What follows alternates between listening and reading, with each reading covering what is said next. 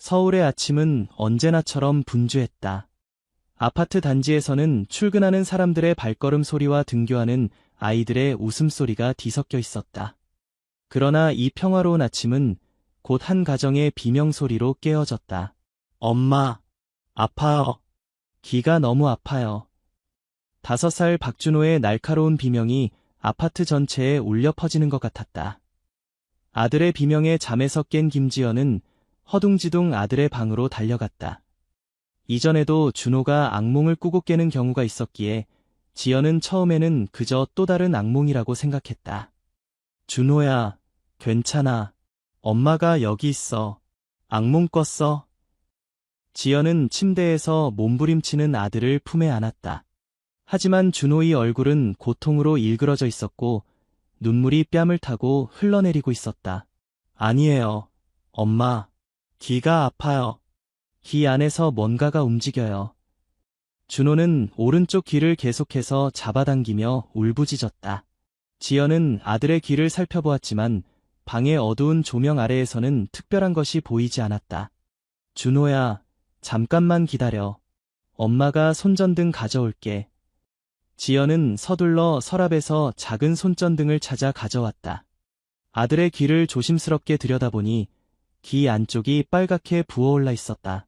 중이염이 아닐까 생각하던 그때 지연은 숨이 멈출 것 같은 광경을 목격했다. 준호의 귀 안쪽에서 무언가가 움직였다.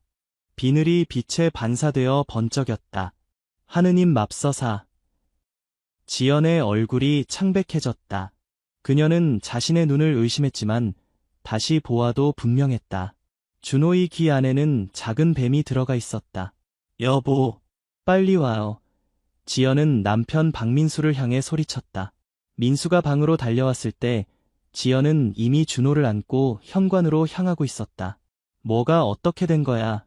민수는 당황한 채 물었다. 준호 귀 안에 뱀이 있어요. 빨리 차 가져와요. 병원에 가야 해요. 민수의 얼굴에서 혈색이 빠져나갔다. 그는 곧바로 차키를 집어들고 아내와 아들을 따라 현관으로 달려갔다. 서울의 아침 교통은 항상 복잡했지만 그날 민수의 운전은 그 어느 때보다 필사적이었다. 그들이 선택한 병원은 서울대학교 병원이었다. 그곳에는 뛰어난 이비인후과 전문의들이 있었고 응급 상황에 대처할 수 있는 시설이 갖추어져 있었다. 병원 응급실에 도착하자마자 준호는 의료진에게 인계되었다. 응급실 간호사는 준호의 상태를 신속하게 확인한 후 이비인후과 전문의 이수진 교수를 호출했다. 수진 교수는 병원에서 가장 경험이 풍부한 이비인후과 전문의였다. 그녀는 20년 이상의 경력을 가지고 있었고 특히 소아 환자들의 이물질 제거에 탁월한 실력을 보여왔다. 하지만 이런 경우는 그녀조차도 처음이었다. 안녕하세요, 준호야. 나는 수진 선생님이야. 귀가 많이 아프니? 수진은 준호에게 부드럽게 말을 걸며 아이를 진정시키려 했다. 준호는 여전히 눈물을 흘리며 귀를 잡고 있었지만 의사의 부드러운 목소리에 약간 진정되는 듯했다. 선생님, 귀 안에서 뭔가가 계속 움직여요. 준호의 목소리는 떨리고 있었다. 수진은 준호의 어깨를 가볍게 토닥이며 말했다. 괜찮아, 준호야. 내가 도와줄게. 먼저 귀 안을 살펴볼 거야. 조금 불편할 수 있지만 최대한 빨리 끝낼게. 수진은 이경을 들고 준호의 귀를 조심스럽게 들여다보았다. 그리고 곧 그녀의 얼굴에 긴장감이 감돌았다. 그녀는 준호의 부모에게 고개를 돌려 작은 목소리로 말했다. 네, 확실히 뱀으로 보입니다. 크기는 작지만 귀 안에서 움직이는 게 보여요. 빨리 조치해야 합니다. 지연과 민수는 서로의 손을 꼭 잡았다. 그들의 눈에는 공포와 걱정이 가득했다.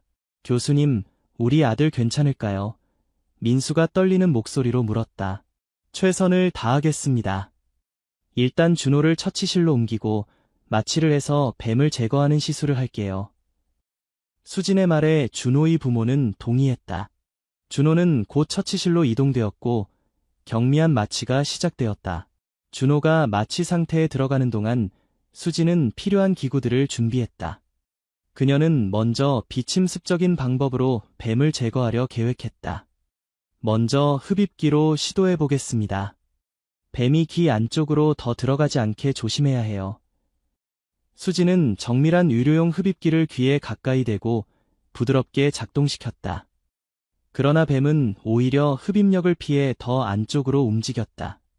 준호의 맥박이 빨라졌고 비록 마취 상태였지만 그의 몸이 반응을 보였다.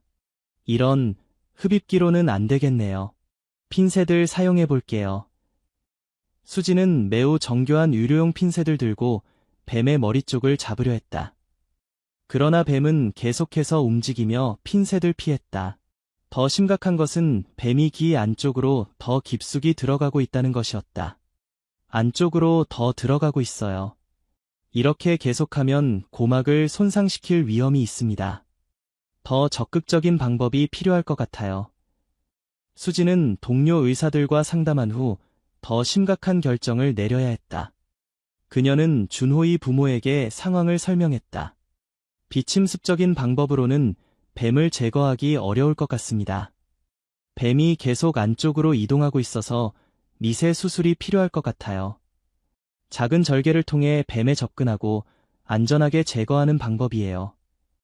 지연과 민수는 서로를 바라보았다. 그들의 눈에는 두려움이 가득했지만 아들을 위해 최선의 선택을 해야 했다. 교수님이 필요하다고 생각하시면 수술을 진행해 주세요. 우리 아들을 살려주세요. 지연의 목소리는 떨렸지만 그녀의 결심은 확고했다. 수지는 수술팀을 소집했다. 이제 준호는 더 깊은 마취 상태로 들어갔고 수술실의 모니터에는 그의 생체 신호가 표시되었다.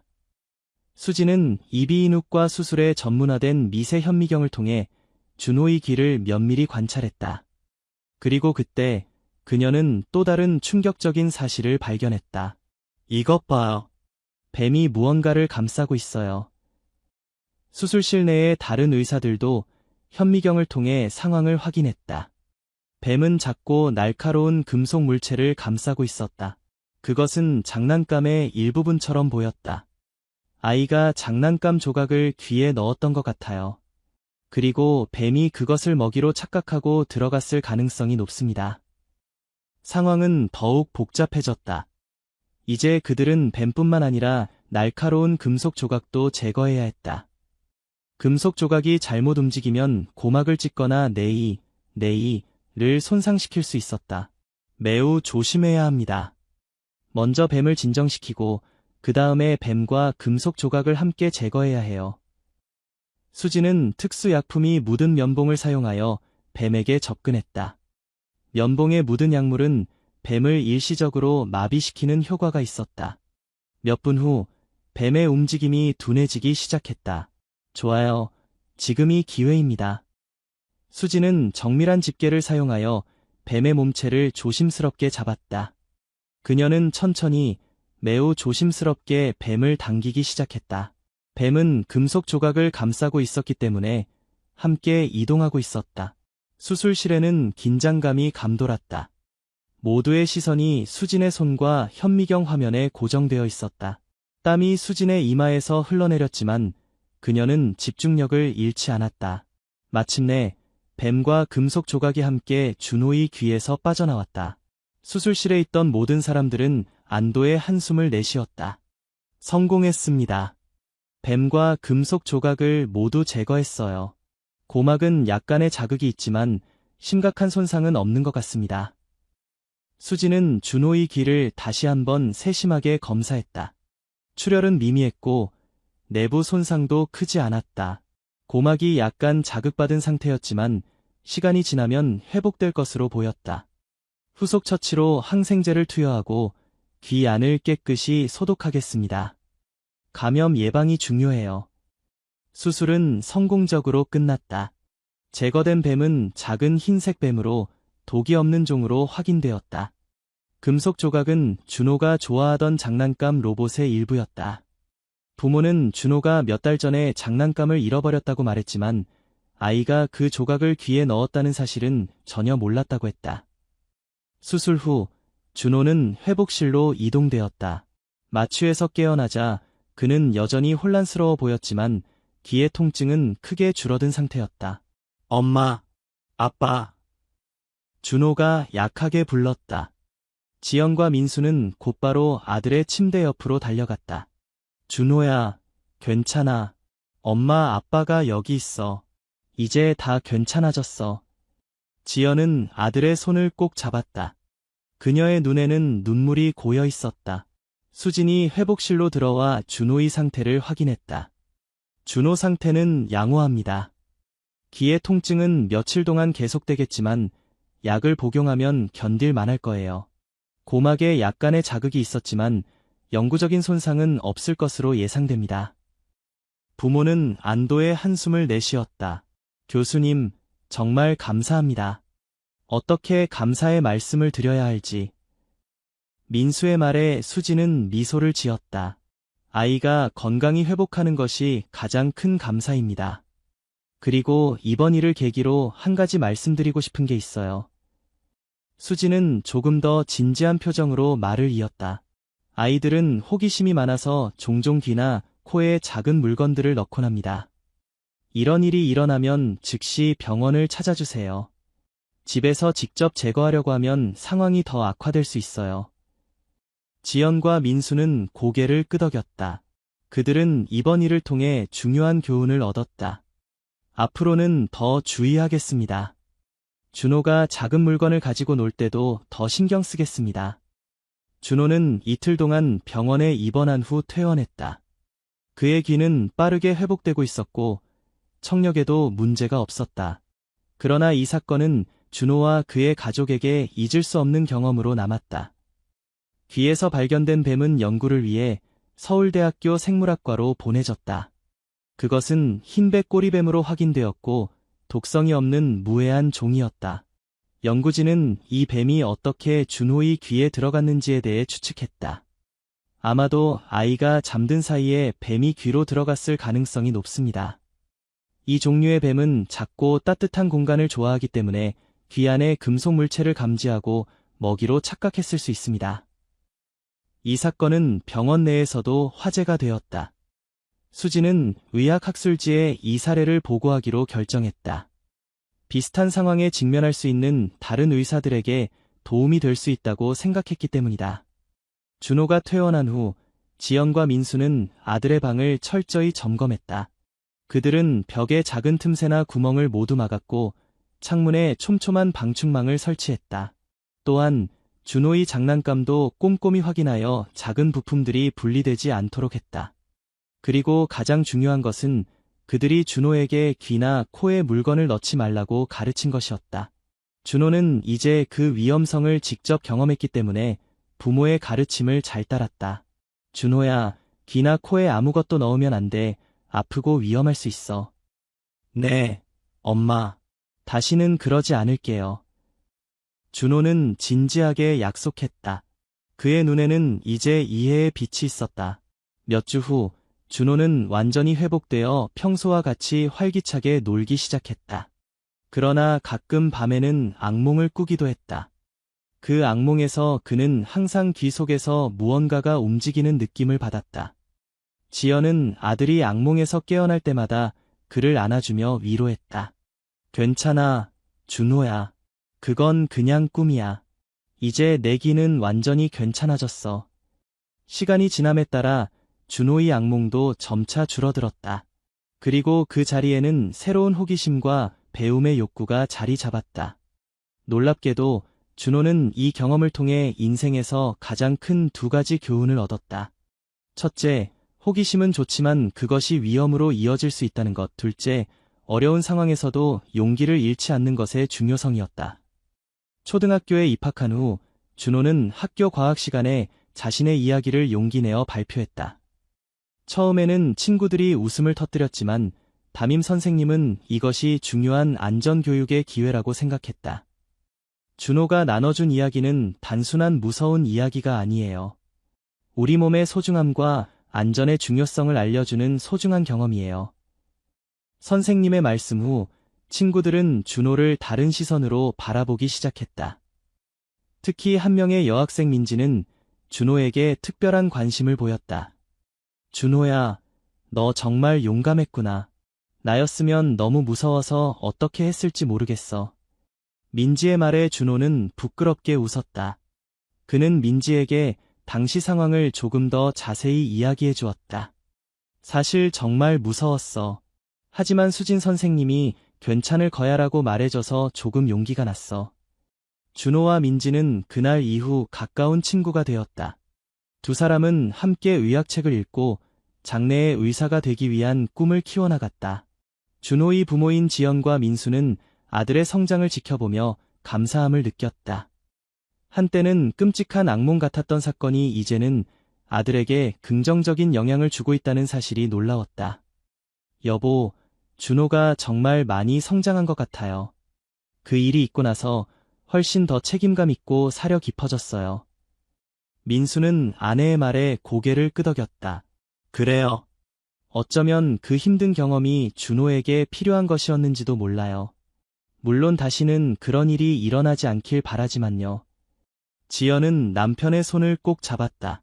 그들은 이제 과거의 두려움에서 벗어나 아들의 밝은 미래를 응원하고 있었다. 수진 교수는 준호의 사례를 통해 얻은 경험을 바탕으로 어린이 이비인후과 응급처치 매뉴얼을 개발했다. 이 매뉴얼은 전국의 병원에서 사용되기 시작했고, 많은 아이들이 비슷한 상황에서 더 빠르고 효과적인 치료를 받을 수 있게 되었다.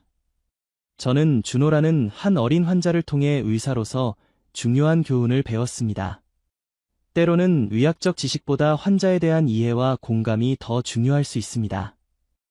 수진 교수는 의대생들에게 강의할 때마다 이 말을 강조했다. 그녀에게 준호의 사례는 단순한 의학적 성공 사례가 아니라 의사와 환자 간의 신뢰와 소통의 중요성을 보여주는 예시였다. 준호가 중학생이 되었을 때 그는 학교 과학 경진대회에 참가하기로 결심했다. 그의 주제는 신체의 경이로움과 귀의 구조였다. 그는 자신의 경험을 과학적으로 분석하고 귀의 구조와 기능에 대해 심도 있게 연구했다. 귀는 단순히 소리를 듣는 기관이 아닙니다. 그것은 우리의 균형을 유지하고 공간 지각에도 중요한 역할을 합니다. 제가 직접 경험했듯이 귀에 이물질이 들어가면 심각한 통증과 불편함을 느낄 수 있습니다. 준호의 발표는 학교 전체에서 큰 주목을 받았고 그는 대회에서 1등을 차지했다. 이 성공은 그에게 더 큰 자신감을 주었고 의학에 대한 꿈을 더욱 확고히 했다. 준호의 초등학교 시절 친구였던 민지도 같은 중학교에 진학했다. 그녀는 여전히 준호의 가장 가까운 친구였고 두 사람은 함께 공부하며 서로를 응원했다. 준호야, 너 정말 대단해. 그 무서운 경험을 이렇게 긍정적인 것으로 바꿨잖아. 민지의 말에 준호는 미소를 지었다. 사실 내가 있어서 가능했던 것 같아. 내가 내 이야기를 믿어주고 응원해줘서 용기를 낼 수 있었어. 두 사람은 서로를 바라보며 웃었다. 그들의 우정은 준호의 힘든 경험에서 시작되었지만 이제는 그보다 더 깊고 의미 있는 관계로 발전해 있었다. 준호의 가족은 이제 매년 그 사건이 있었던 날을 특별한 날로 기념했다. 그들은 그날을 두 번째 생일이라고 부르며 가족이 함께 시간을 보내고 삶의 소중함을 되새기는 날로 정했다. 준호야, 오늘은 내가 새 생명을 얻은 날이야. 우리 가족에게 정말 중요한 날이지. 지연은 매년 이날 특별한 케이크를 준비했고 가족은 함께 식사를 하며 과거의 어려움과 현재의 행복에 대해 이야기를 나눴다. 엄마, 아빠, 그때 저를 빨리 병원에 데려가 주셔서 정말 고마워요. 그리고 수진 선생님께도 항상 감사해요. 준호의 말에 부모는 눈시울을 붉혔다. 그들은 아들이 어려운 경험을 통해 얼마나 성숙해졌는지 새삼 느꼈다. 중학교 3학년이 되었을 때 준호는 큰 결심을 했다. 그는 장래 진로를 이비인후과 의사로 확실히 정했고 그 꿈을 이루기 위해 더욱 열심히 공부했다. 저는 수진 선생님처럼 되고 싶어요. 어려움에 처한 아이들을 돕고 그들에게 희망을 주는 의사가 되고 싶어요. 준호의 담임 선생님은 그의 진로 계획을 듣고 깊은 인상을 받았다. 준호의 경험과 그로 인한 성장은 많은 어른들에게도 감동을 주었다. 준호야, 내 꿈을 응원한다. 너의 경험은 다른 사람들에게도 큰 도움이 될 거야. 준호는 자신의 이야기가 다른 이들에게 도움이 된다는 사실에 보람을 느꼈다. 그는 종종 학교나 지역 커뮤니티에서 자신의 경험을 나누며 안전의 중요성과 어려움을 극복하는 용기에 대해 이야기했다. 저는 그때 정말 무서웠어요. 하지만 두려움에 굴복하지 않고 의사 선생님과 부모님을 믿고 따랐어요. 그 경험을 통해 저는 더 강해졌고 더 분명한 꿈을 갖게 되었어요. 준호의 이야기는 많은 아이들과 부모들에게 감동을 주었다. 그의 진솔한 경험담은 단순한 경고를 넘어 희망과 용기의 메시지를 전달했다. 시간이 흘러 준호가 고등학생이 되었을 때 그는 수진 교수를 다시 만나기 위해 서울대학교 병원을 찾았다. 그는 고등학교 진로 프로젝트의 일환으로 수진 교수를 인터뷰하고 싶었다. 안녕하세요, 교수님. 저 박준호 기억하세요? 10년 전 귀에 뱀이 들어갔던 환자입니다.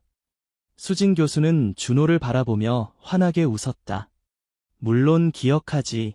어떻게 잊을 수 있겠니? 너 정말 많이 컸구나. 벌써 고등학생이 되었네. 준호는 수진 교수에게 자신의 꿈과 계획을 이야기했다. 그리고 그 꿈의 시작점이 된 그날의 경험에 대해 깊은 감사를 표현했다. 교수님, 저는 그날 이후로 계속 의사가 되고 싶었어요. 특히 교수님처럼 이비인후과 의사가 되어 아픈 아이들을 도와주고 싶어요. 수진 교수는 준호의 진심 어린 말에 감동했다. 그녀는 오랜 의사 생활 동안 많은 환자들을 만났지만 준호처럼 어려운 경험을 긍정적인 원동력으로 삼은 경우는 드물었다. 준호야, 너의 결심과 열정이 정말 대단하구나. 의사가 되는 길이 쉽지는 않지만 내가 그 꿈을 이룰 수 있을 거라고 믿어. 수진 교수는 준호에게 의대 생활과 이비인후과 전문의가 되기 위한 과정에 대해 자세히 설명해 주었다. 또한 그녀는 준호에게 병원 견학의 기회도 제공했다. 다음 주에 시간이 되면 병원에 와서 하루 동안 의사의 일상을 경험해 볼래? 물론 너의 부모님 허락이 필요하겠지만. 준호는 이 제안에 기뻐했다. 그는 바로 부모님께 연락해 허락을 받았고 다음 주에 병원 견학을 하기로 했다. 견학날, 준호는 의사 가운을 입고 수진 교수의 일과를 따라다녔다. 그는 환자 진료, 수술 참관, 의료진 회의 등 의사의 다양한 일상을 경험했다. 그 경험은 준호에게 의사가 되고자 하는 꿈을 더욱 확고히 했다. 교수님, 정말 감사합니다. 오늘 하루는 제 인생에서 잊지 못할 경험이 될 것 같아요. 준호의 말에 수진 교수는 미소를 지었다. 준호야, 내가 의사의 꿈을 이루기 위해 노력하는 모습이 정말 자랑스럽구나. 언젠가 동료 의사로 만날 날을 기대하고 있을게. 그날 이후 준호는 더욱 열심히 공부했다. 그의 목표는 이제 더욱 분명했고 그 꿈을 향한 열정은 더욱 강해졌다. 고등학교 졸업을 앞두고 준호는 자신의 경험을 바탕으로 한 에세이를 대학 입시 원서에 첨부했다. 그 에세이는 단순한 사건 묘사가 아니라 그 경험을 통해 얻은 깨달음과 성장, 그리고 의사가 되고자 하는 확고한 의지를 담고 있었다. 내 인생에서 가장 힘들었던 순간은 오히려 나에게 가장 큰 선물을 주었다. 그것은 바로 명확한 삶의 방향과 목표였다. 나는 그 고통스러운 경험을 통해 의사라는 직업이 단순한 직업이 아니라 다른 이들의 삶에 깊은 영향을 미칠 수 있는 소명임을 깨달았다. 준호의 진솔한 에세이는 입시위원회의 주목을 받았고 그는 서울대학교 의과대학에 합격했다. 그의 꿈은 이제 한 걸음 더 가까워졌다. 입학 후 첫날, 준호는 의대 오리엔테이션에서 자신의 이야기를 간략하게 나누게 되었다. 그의 독특한 경험과 그로 인해 의사가 되기로 결심한 이야기는 동기들 사이에서 화제가 되었다. 아, 정말 대단한 경험이네. 그런 일을 겪고도 오히려 의사가 되겠다고 결심했다니 정말 멋있다. 동기들의 반응에 준호는 부끄러워하면서도 자신의 경험이 의미 있게 받아들여지는 것에 기쁨을 느꼈다. 대학 생활 동안 준호는 학업에 열중하면서도 종종 어린이 병원을 방문해 환자들에게 자신의 이야기를 들려주며 용기를 북돋아 주었다. 그의 경험담은 어려운 치료를 받고 있는 아이들에게 큰 위로가 되었다. 나도 너희처럼 정말 아팠어. 하지만 의사 선생님들을 믿고 용기를 내니까 이겨낼 수 있었어. 너희도 할 수 있어. 준호의 따뜻한 격려는 많은 아이들에게 희망을 주었다. 그는 점차 이야기 의사라는 별명을 얻게 되었다. 의대 3학년 때 준호는 이비인후과 실습을 하게 되었다. 그는 처음으로 실제 환자를 진료하면서 자신이 오래전 경험했던 공포와 불안을 떠올렸다. 그리고 그 경험이 지금 자신이 환자들을 대하는 방식에 얼마나 큰 영향을 미치는지 깨달았다.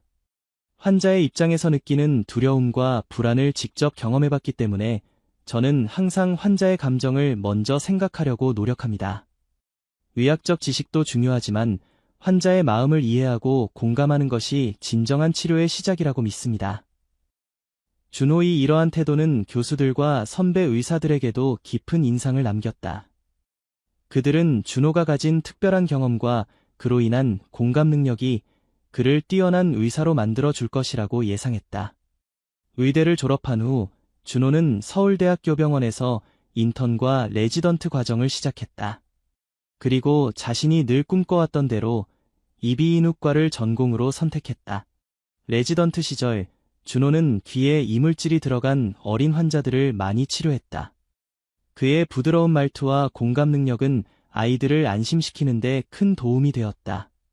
선생님, 저도 어렸을 때 귀에 뱀이 들어간 적이 있어요.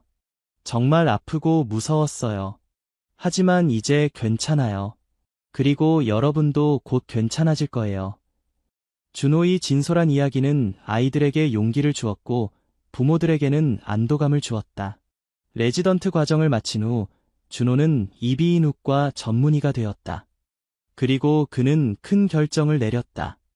바로 수진 교수가 일하는 서울대학교 병원 이비인후과에 지원한 것이다. 교수님, 제가 드디어 이비인후과 전문의가 되었습니다. 교수님 곁에서 일하며 더 많은 것을 배우고 싶습니다. 수진 교수는 준호의 지원을 기쁘게 받아들였다. 그녀는 오래전부터 준호의 성장을 지켜봐왔고 그가 가진 특별한 재능과 열정을 높이 평가했다. 준호 선생, 우리 함께 일하게 되어 정말 기쁘네요. 당신의 특별한 경험과 공감 능력이 우리 병원의 큰 자산이 될 거예요. 그렇게 준호는 자신이 환자로서 처음 방문했던 병원에서 이제는 의사로서 일하게 되었다. 그에게는 꿈만 같은 순간이었다. 병원에서 일하면서 준호는 특히 어린 환자들을 위한 특별한 프로그램을 개발하기 시작했다.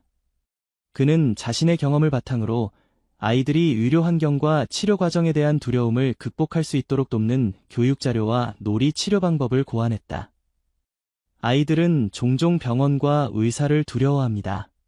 하지만 적절한 설명과 공감, 그리고 놀이를 통해 그 두려움을 줄일 수 있습니다. 저는 제 자신의 경험을 통해 그것을 깨달았고, 이제 그 경험을 다른 아이들을 위해 활용하고 싶습니다. 준호의 프로그램은 병원 내에서 큰 호응을 얻었고, 점차 다른 병원들도 관심을 보이기 시작했다. 그의 접근 방식은 아이들의 치료 성공률을 높이고 아이들과 부모들의 스트레스를 줄이는데 효과적이었다. 그리고 어느 날 준호에게 특별한 환자가 찾아왔다. 8살 소녀 지민이었는데 그녀는 귀에 작은 장난감 조각이 들어가 고통을 호소하고 있었다. 지민의 어머니는 걱정스러운 얼굴로 준호를 바라보았다. 선생님, 지민이가 너무 아파하고 있어요. 도와주세요. 준호는 지민에게 미소를 지으며 다가갔다.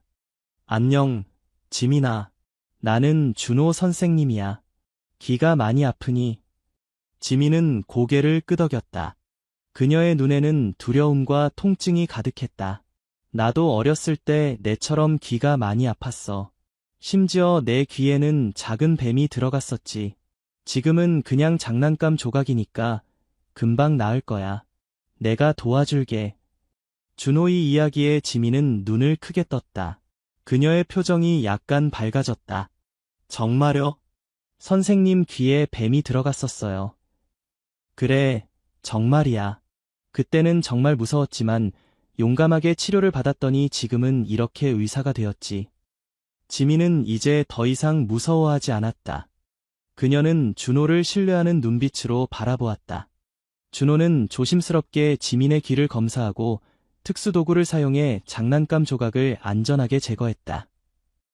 전체 과정 동안 그는 지민에게 계속 이야기를 들려주며 그녀가 편안함을 느끼도록 도왔다. 자, 이제 다 끝났어. 아주 용감했어, 지민아. 지민은 기쁜 얼굴로 준호를 바라보았다. 감사합니다, 선생님. 저도 커서 선생님처럼 의사가 될래요. 지민의 말에 준호는 미소를 지었다. 그는 자신의 경험이 또 다른 어린이에게 영감을 주었다는 사실에 뿌듯함을 느꼈다. 이렇게 준호의 삶은 한때의 고통스러운 경험에서 시작되어 이제는 다른 이들에게 희망과 용기를 주는 이야기로 변화했다.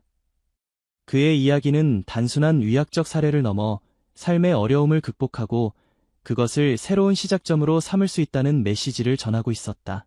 준호는 이제 자신의 경험을 완전히 받아들이고 그것을 자신의 정체성과 사명의 일부로 여기게 되었다. 그에게 있어 귀 속의 뱀 이야기는 더 이상 두려움의 대상이 아니라 자신과 다른 이들을 성장시키는 소중한 경험이 되었다. 그리고 서울의 한 병원에서 준호는 계속해서 자신의 이야기를 나누며 아픈 아이들에게 희망과 용기를 전하고 있었다. 그의 삶은 하나의 완전한 원을 그리며 과거의 고통에서 현재의 치유자로 그리고 미래의 희망으로 이어지고 있었다. 이후 동물과 의학에 관심을 갖기 시작했다. 엄마, 나 커서 동물 선생님이 될래요. 아니면 수진 선생님처럼 의사 선생님이 될래요. 지연은 아들의 말에 미소를 지었다. 아무리 힘든 경험이라도 그것을 통해 배움과 성장이 이루어질 수 있다는 것을 깨달았다. 그리고 준호의 이야기는 서울의 많은 부모들 사이에서 중요한 교훈으로 공유되었다. 아이들이 귀나 코에 물건을 넣는 행동의 위험성과 이상한 증상이 있을 때 즉시 병원을 찾아야 한다는 것을 알려주는 사례가 된 것이다. 수진 교수의 의학학술지 보고서는 국내의 많은 의사들의 관심을 받았다. 그녀는 이 사례를 통해 어린이 이비인후과 응급처치에 대한 새로운 프로토콜을 제안했고 이는 많은 병원에서 채택되었다. 아이들의 귀나 코에서 이물질을 발견했을 때 가장 중요한 것은 침착함을 유지하는 것입니다. 부적절한 조치는 상황을 악화시킬 수 있습니다. 전문가의 도움을 받는 것이 항상 최선의 방법입니다. 이 사건으로부터 1년 후 준호의 가족은 수진 교수를 다시 만났다. 그들은 감사의 마음을 전하기 위해 병원을 찾았다. 교수님, 정말 감사합니다. 교수님이 아니었다면 우리 준호가 어떻게 되었을지 생각만 해도 끔찍해요. 지연은 진심을 담아 말했다. 아닙니다. 저는 그저 제 일을 한 것뿐이에요. 준호가 건강하게 잘 지내는 모습을 보니 저도 기쁩니다. 수진은 준호를 바라보며 미소 지었다. 준호는 이제 6살이 되었고 더욱 건강하고 활기찬 모습이었다. 준호야, 귀는 어때? 아직도 아프니? 아니요, 선생님. 이제 하나도 안 아파요. 그리고 저 커서 선생님처럼 의사 될 거예요. 준호의 순수한 말에 모두가 웃음을 터뜨렸다. 이 사건은 준호의 삶에 큰 전환점이 되었다. 그는 이제 더 조심스럽게 행동했고 자신의 신체를 소중히 여기는 법을 배웠다. 그리고 무엇보다 그는 의학과 치료의 중요성을 어린 나이에 깨닫게 되었다. 지연과 민수도 이 경험을 통해 많은 것을 배웠다. 그들은 아이의 말에 더 귀 기울이게 되었고 작은 변화나 이상 징후도 놓치지 않으려 노력했다.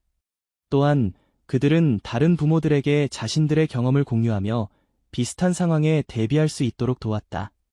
수진 교수는 준호의 사례를 통해 얻은 교훈을 후배 의사들에게 전달했다. 그녀는 의과대학에서 강의할 때마다 이 사례를 언급하며 환자의 증상을 세심하게 살피고 창의적인 문제 해결 방법을 찾는 것의 중요성을 강조했다. 그리고 서울의 한 조용한 동네에서 준호는 자신의 꿈을 향해 한 걸음씩 나아가고 있었다. 그는 동물과 의학 관련 책을 열심히 읽었고 과학 실험에도 큰 관심을 보였다. 때로는 친구들에게 자신의 귀 속뱀 이야기를 들려주며 모험담처럼 이야기하기도 했다. 정말이야. 내 귀 안에 진짜 뱀이 있었다고. 수진 선생님이 수술해서 뺐어. 친구들은 처음에는 믿지 않았지만 준호의 진지한 표정에 점차 믿음을 갖게 되었다. 그리고 그들도 준호처럼 귀나 코에 물건을 넣지 않기로 약속했다. 준호의 이야기는 학교에서도 알려져 선생님들이 안전 교육 시간의 사례로 언급하기도 했다. 아이들에게 신체의 소중함과 안전의 중요성을 가르치는 좋은 예시가 된 것이다. 여러분, 귀나 코, 입에 작은 물건을 넣으면 안 됩니다. 준호처럼 큰 일이 날 수 있어요. 아이들은 진지하게 선생님의 말을 들었고 준호를 약간은 존경하는 눈으로 바라보았다. 준호는 자신의 경험이 다른 친구들에게 도움이 된다는 사실에 자부심을 느꼈다. 그렇게 준호의 귀 속뱀 이야기는 많은 사람들에게 교훈을 주는 사례가 되었다. 때로는 가장 고통스러운 경험이 가장 값진 배움의 기회가 될 수 있다는 것을 보여주는 이야기였다. 그리고 서울의 밤하늘 아래 준호는 이제 악몽 없이 평화롭게 잠을 잘 수 있게 되었다. 그의 귀에는 더 이상 뱀이 없었고 그 자리에는 미래의 꿈과 희망이 가득 차 있었다. 준호가 성장하면서 그의 귀 속뱀 이야기는 점점 더 많은 의미를 갖게 되었다. 그것은 단순한 의학적 사례를 넘어 인생의 교훈을 담은 이야기로 변해갔다. 준호는 이경